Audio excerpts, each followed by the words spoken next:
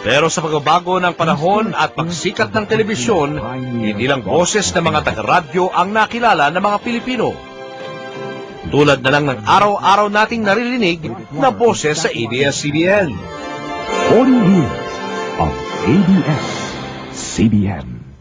Mapadrama, Yes, bago mag-TV Patrol. aksyon, Para sa pagsasamang nasira, si Gabriel ang magsisilbing tulay. Minsan lang kita iibig. Pagkatapos ng Guns N' Roses. showbiz, Close na close ang bonding. in demand siya. Pero, sino nga ba siya?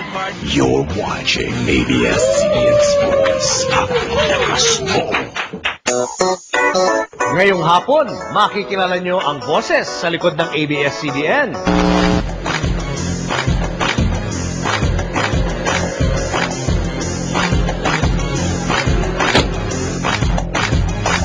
Sir, kumusta? Buti.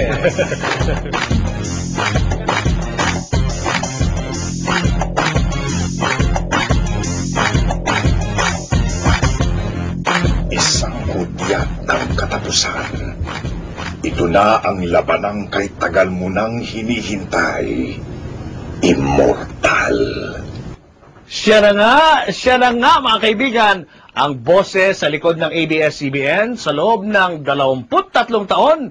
Walang iba, kundi si Mr. Peter Musngi. Kailan pa nagsimula yung talent mo sa pag-voice? Siguro, nung bata pa ako kasi, na-expose na ako sa radio broadcast, no? Dahil nandun ang ate ko sa radio station, nagmamanage siya, naging drama talent siya, naging announcer din yung isang ate ko, at ang lahat ng pasimula nito siguro yung tatay ko dahil Kristo daw siya sa sabungan eh. Ang hindi alam ng marami, nakilala muna si Sir Peter sa bansag na Peter Rabbit nung siya ay nagtatrabaho pa sa radyo. Out of siguro boredom, I was singing Little Peter Rabbit has a fly upon his nose. Hindi ko alam nakabukas yung microphone ko. So narinig ng mga tao at isa sa mga nakapakinig nga si Helen Vela. Kaya mula noon ang tawag na sa akin, Peter Rabbit. Nang maging DJ, unti-unting natutunan ni Sir Peter ang commercial announcing. Sinubukan ko pa ngang mag-audition para kay Sir Peter kung papasa ang boses ko. Sa lahat ng iyong inaakala, magbabago na ngayong huling buwan.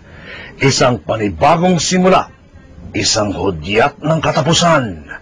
Kumapit na sa walang hanggan.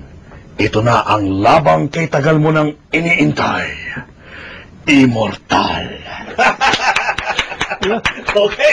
Okay, sir. Pasado ba? Probably. Pero pwede na. Oo. Ganun lang. So talagang modulation lang. Yes. Ayun. So you're conscious about your voice. But dapat mas conscious ka sa mensahe nung script na binabasa mo.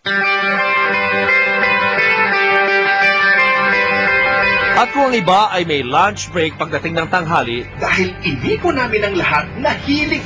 dito sa VO Room, si Sir Peter, sangkaterbang scripts ang pananghalian. Bawat eksena, umaapaw sa emosyon.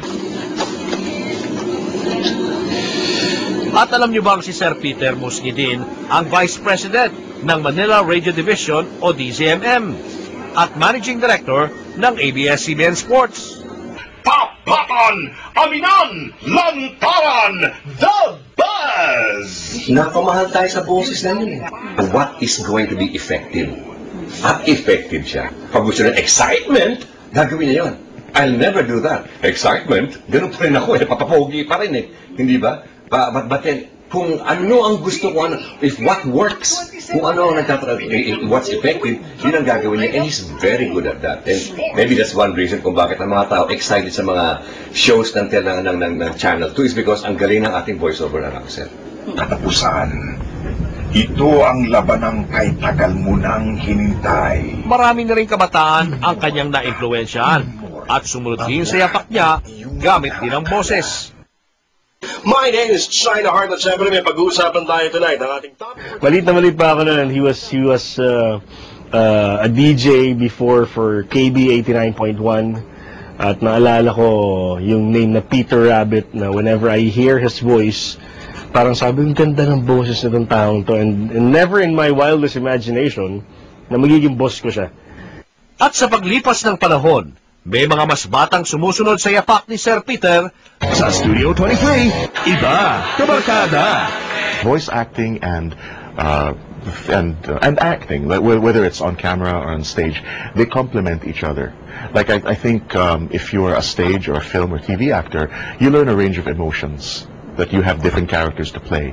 Kung may dadala mo yun into the booth, it gives you versatility.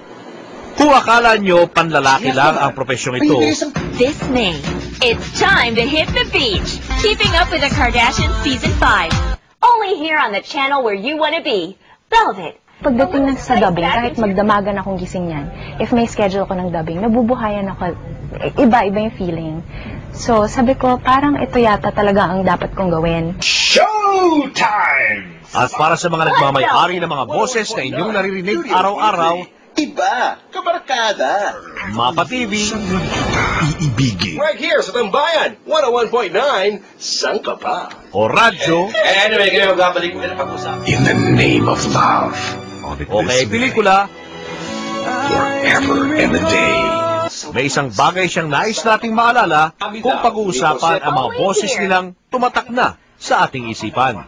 Frankly, mas maganda yung voice ka lang na I can go anywhere. I can ride the jeep. I can ride the tricycle. Okay lang, walang problema. It is something that gives me a lot of satisfaction na pag may nakarinig ng boses ko, parang ikaw yung taga Channel 2. You know, happy na ako nun. Pero as much as possible, I would rather remain a voice, really.